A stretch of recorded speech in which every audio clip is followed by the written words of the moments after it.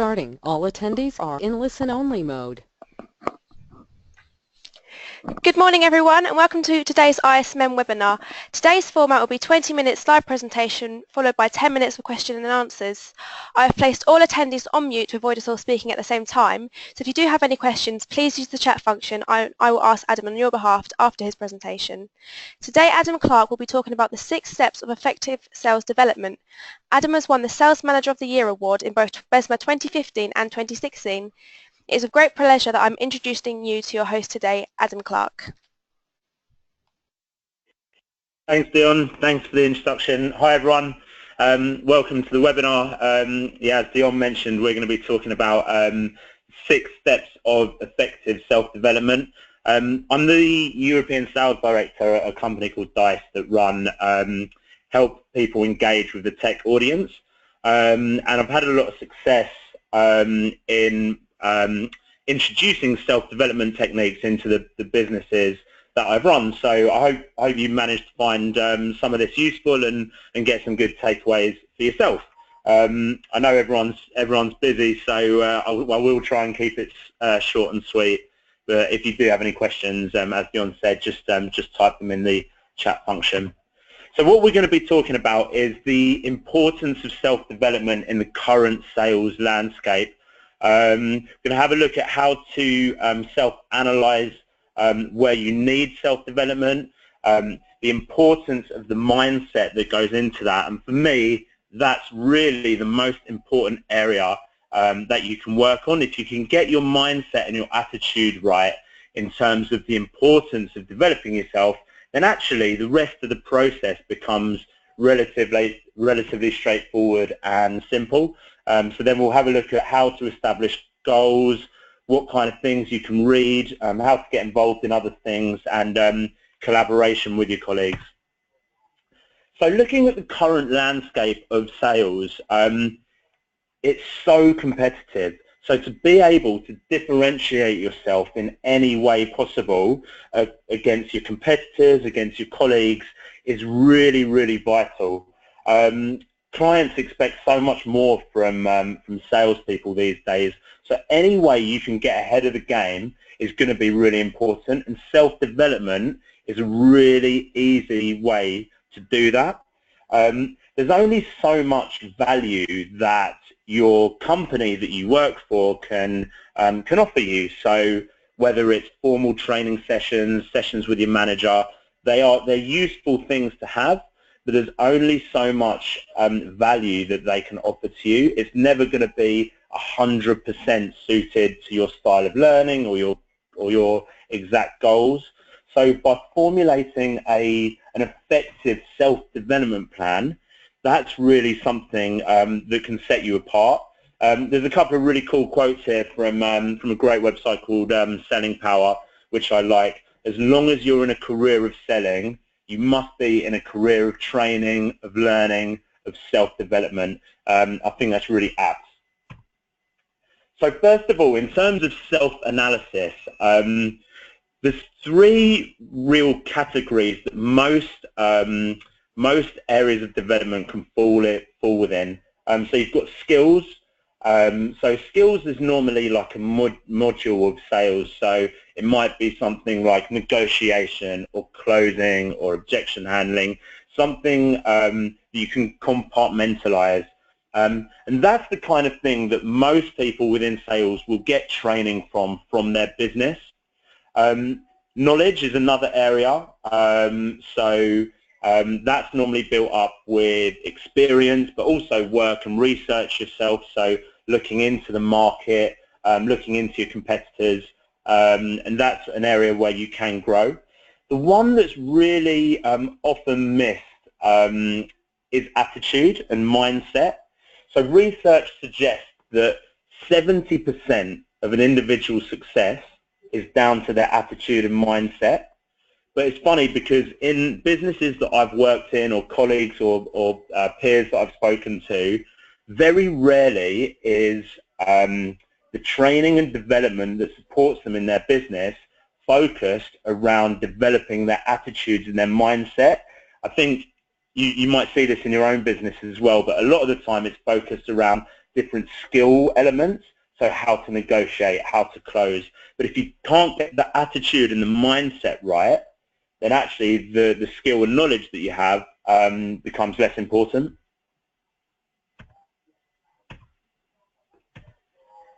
The first thing to realize is that mindset is a choice. So every day you come in, you have the ability to choose what mindset you have. Now, winners and successful people begin at the mindset. In sales, it's a results-based business, so we all have periods of time when our sales and results will fluctuate, and people that let those results impact their mindset will find it hard to succeed. The best salespeople, and if you look in your businesses at the best salespeople, I think you'll find they're the people that have the ability to control their mindset and their attitude. And it's not an easy thing to do. It sounds, but it's actually a difficult thing to do that takes practice and it takes a lot of effort. Your mindset then impacts everything you do. So if you can get that right, then the skills and abilities that you have that will affect, that impact your behavior and your activity all feed into the results. But if you can't get that mindset right, no matter what skills and abilities you have, you'll struggle to get the best results. And there's a really cool book actually called The Art of Being Brilliant, which really talks about everything to do with attitude. I'll talk a little bit more about that in a minute. So in terms of the kind of mindset that you want to try, it's a growth mindset. So there's two types that I've identified here. One is a fixed mindset and one is a growth mindset. Now within a growth mindset, this is going to enable you to put you in the right frame of mind to want to develop yourself and want to grow. So you should see yourself as a work in progress. No matter what stage of career you're at, there's always something for you to be working on, to be learning. You should focus on the process of how you get to the result. So if you lose a big sale, you don't focus on the loss of that sale. You focus on what did I do? What could I improve on? What things actually did I do right that I want to maintain next time? And the same if you succeed, if you're having success, how did I get there? What did I do right? What can I continue to do well? You really focus on the process and not the outcome. You love the challenge. You are ambitious. You should look at what you can achieve, and you should see that as a positive thing to be challenged. You deal with setbacks. And most importantly, you understand that what you're doing is continual improvement. The behaviors that then come from a growth mindset that are displayed is you'll see people with this mindset that constantly want to learn. They're constantly asking questions, asking advice. They're attending webinars like these. They're attending seminars, events. They're reading. They're constantly looking to learn.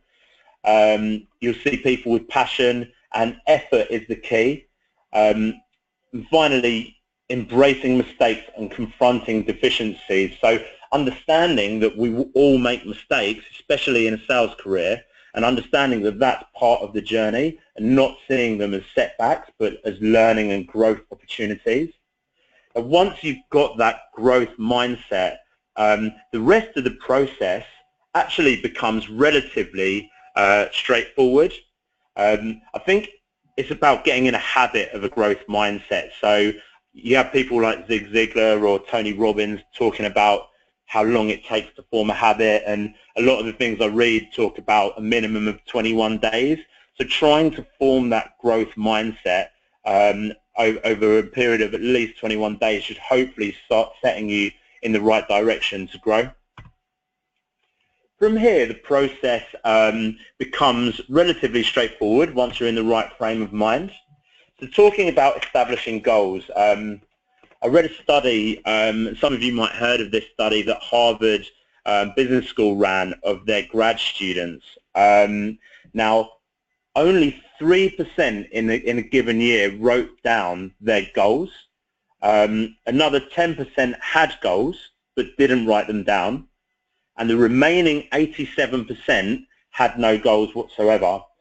Now, 10 years later after that study, the people that had written down their goals, that 3% of them, were earning on average 10 times more than the people that had no goals whatsoever.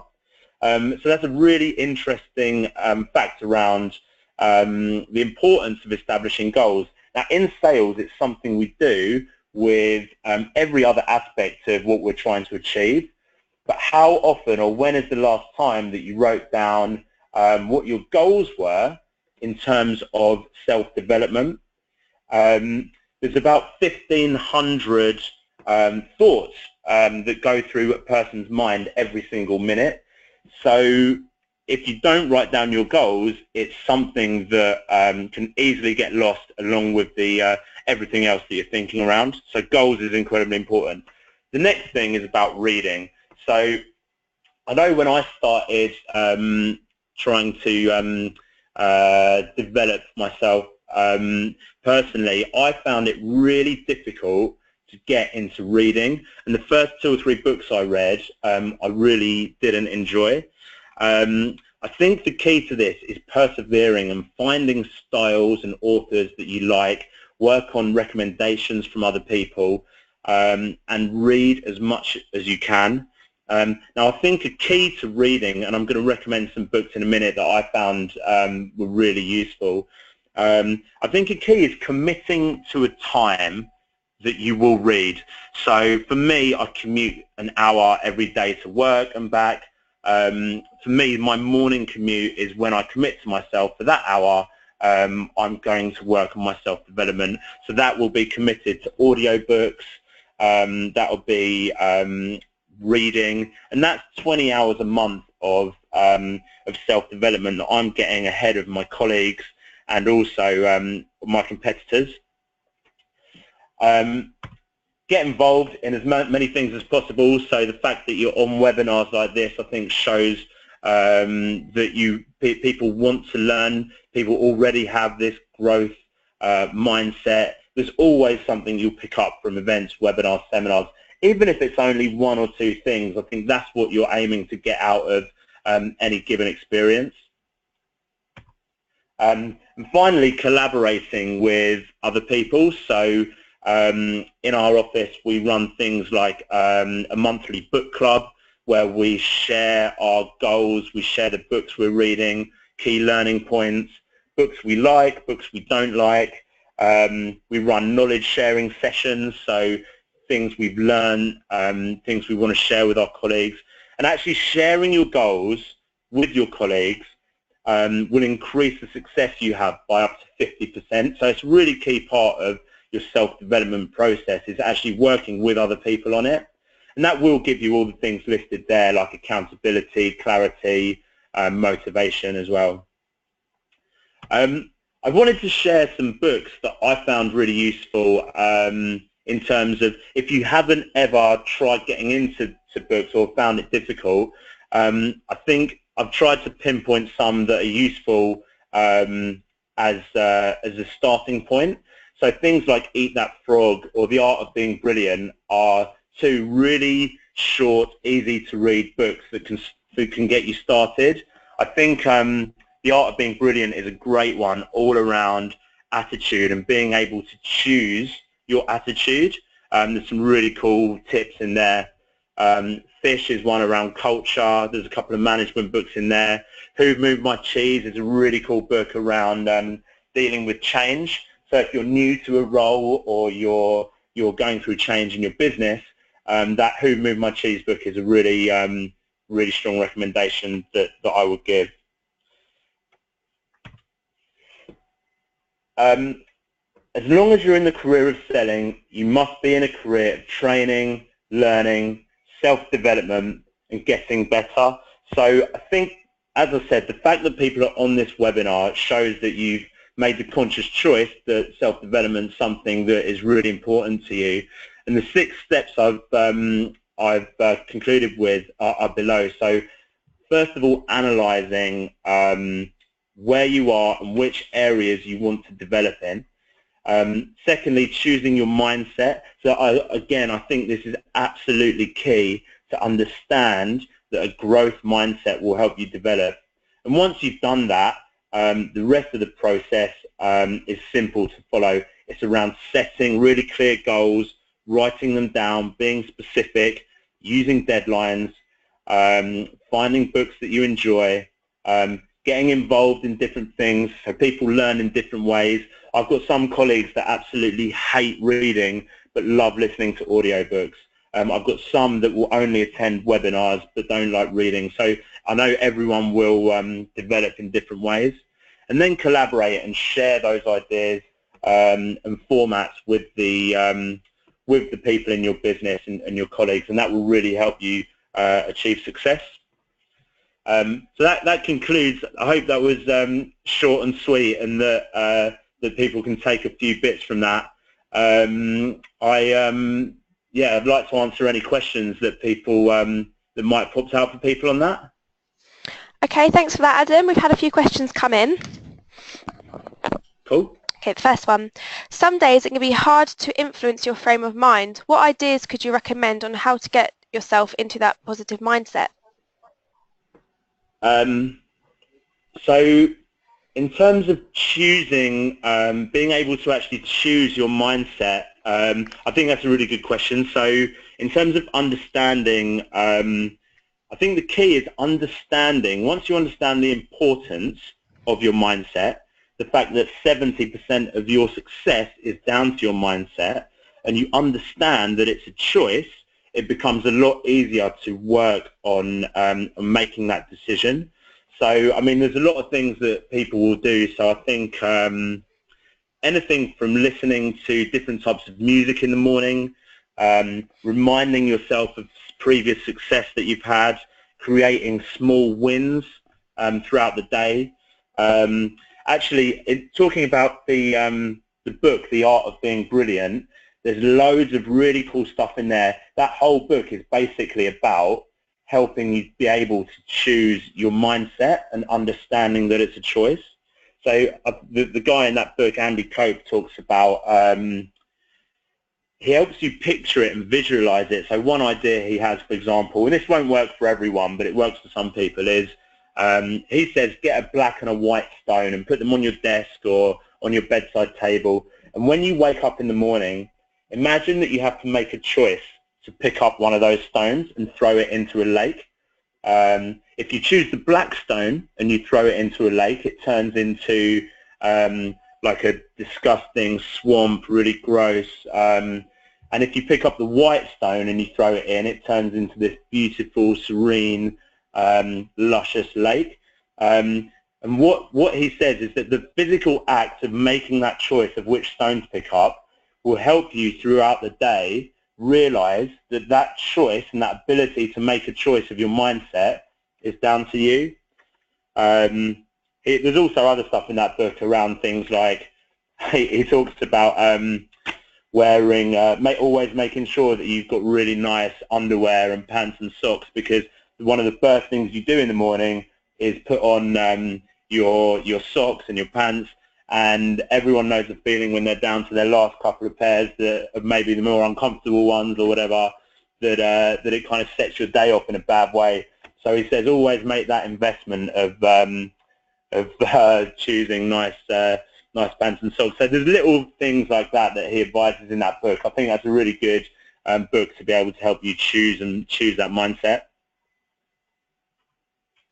Okay, great. Thanks for that. The next question is, as someone that's not read any business or development books, what advice would you give on choosing the right ones to begin with? So I think in terms of, so this was something I really struggled with when I started reading, and I started, the first ones I read were things like 7 Habits, which are quite heavy books, and they kind of put me off a little bit. What I would really advise people that are starting is choose short books, choose books that have been recommended to you by colleagues.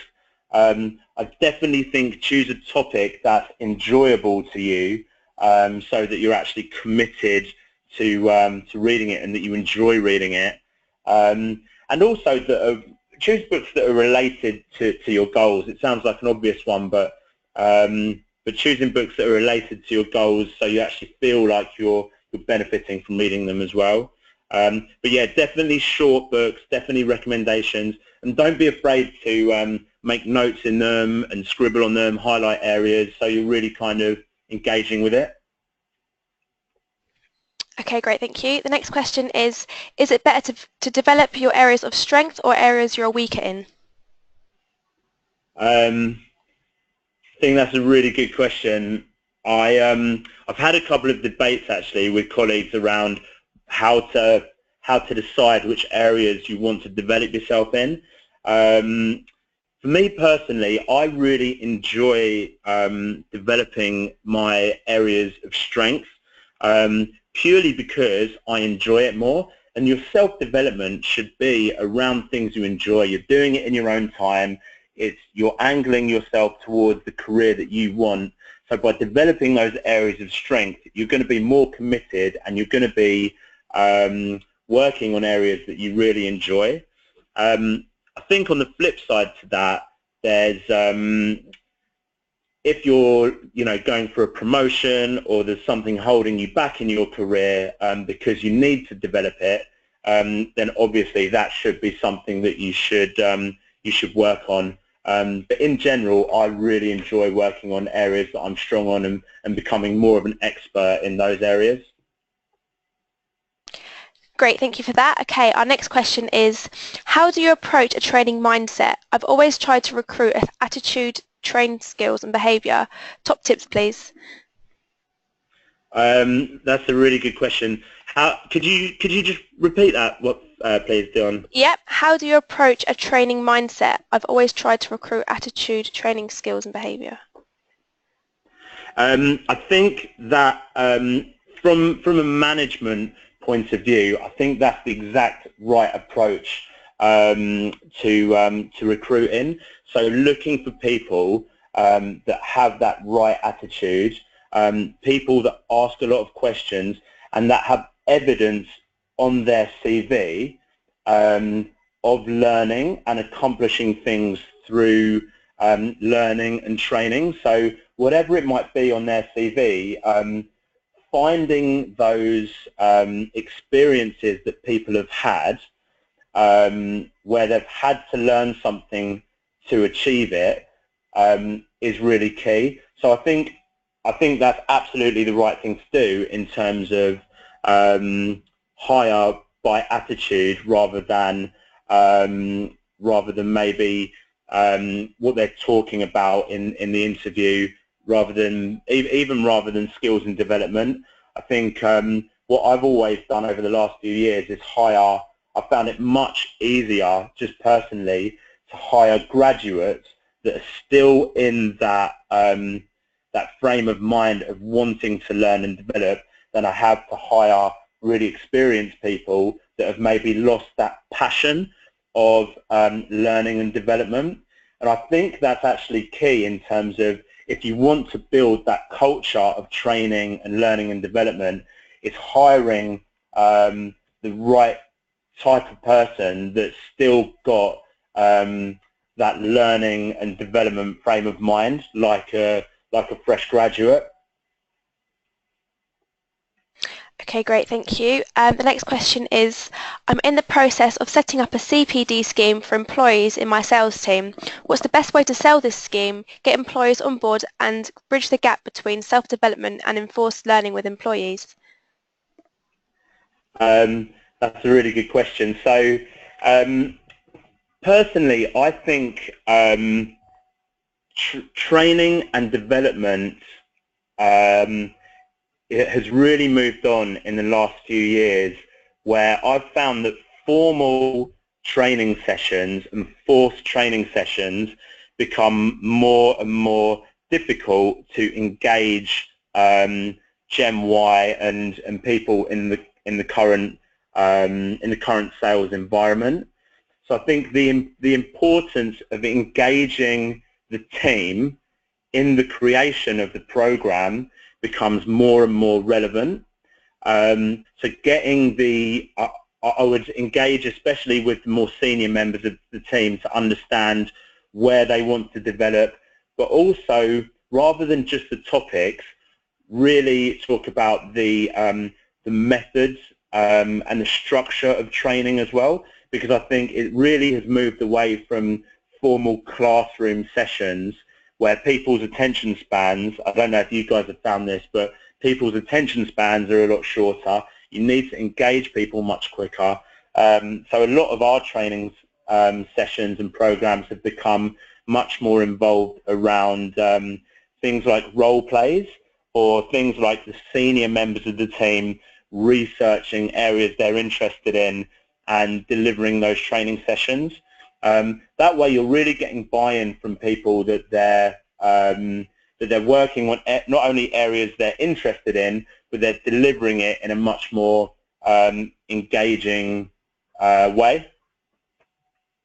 Okay, great, thank you. And our final question is, with an inherited team, how do you train mindset?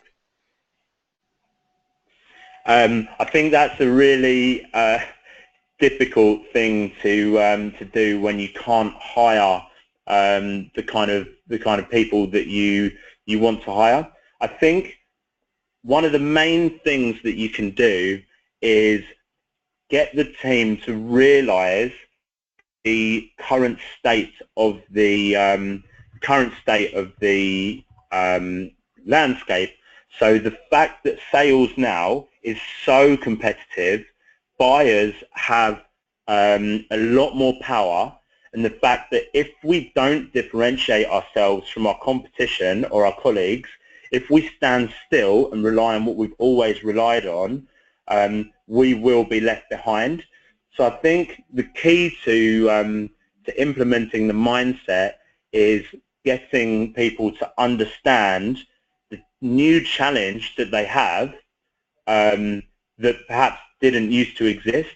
Previously, 10, 15 years ago with sales, your skill alone and your knowledge alone could get you wins because buyers didn't have that experience and the knowledge available to them that they do now. So really the only way to differentiate yourself now as a salesperson is to go above and beyond what other people are doing. And if they don't do that, if they continue doing things the way they've always done it, they'll be left behind. So I think that's it's a difficult situation to implement that into an existing team.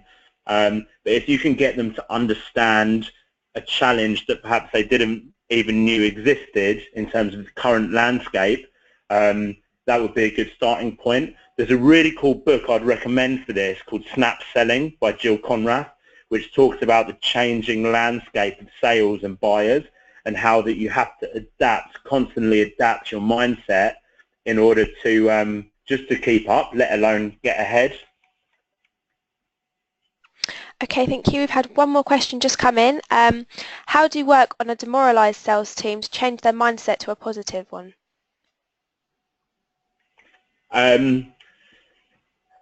That's a really good question as well. I think on this slide here, showing people this kind of model can really help.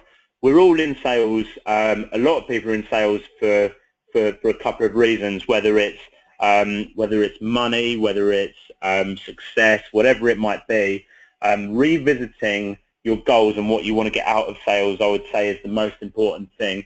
But then actually being aware of a model like this, where if a team is demoralised, the likelihood is that their results are not where they need to be.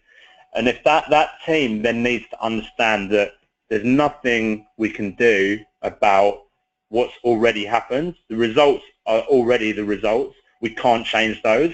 The only thing we can impact, the only thing we can change is our mindset and how we approach our next day. So understanding that that's a choice, and also understanding that your attitude makes up 70% of your success in sales is a really nice starting point to show them that if they continue as they are, then their results will continue, and they're never going to achieve success. So I think taking it right back to these models at the beginning and showing them that understanding how important that mindset is key. So maybe running a vision day or some team building stuff to draw a line under the results and saying, right guys, we're going to start again with this mindset, we need to help each other, and going through some of those methods in the book, the art of being brilliant, would be a good place to start. Okay, great. Thanks for that. That comes to an end of our questions and an end to the webinar. So thank you for all attendees for joining. A big thank you to Adam Clark for hosting. Please make sure to check our webinar for upcoming events and hope to see you all soon. Thank you. Thanks. Bye.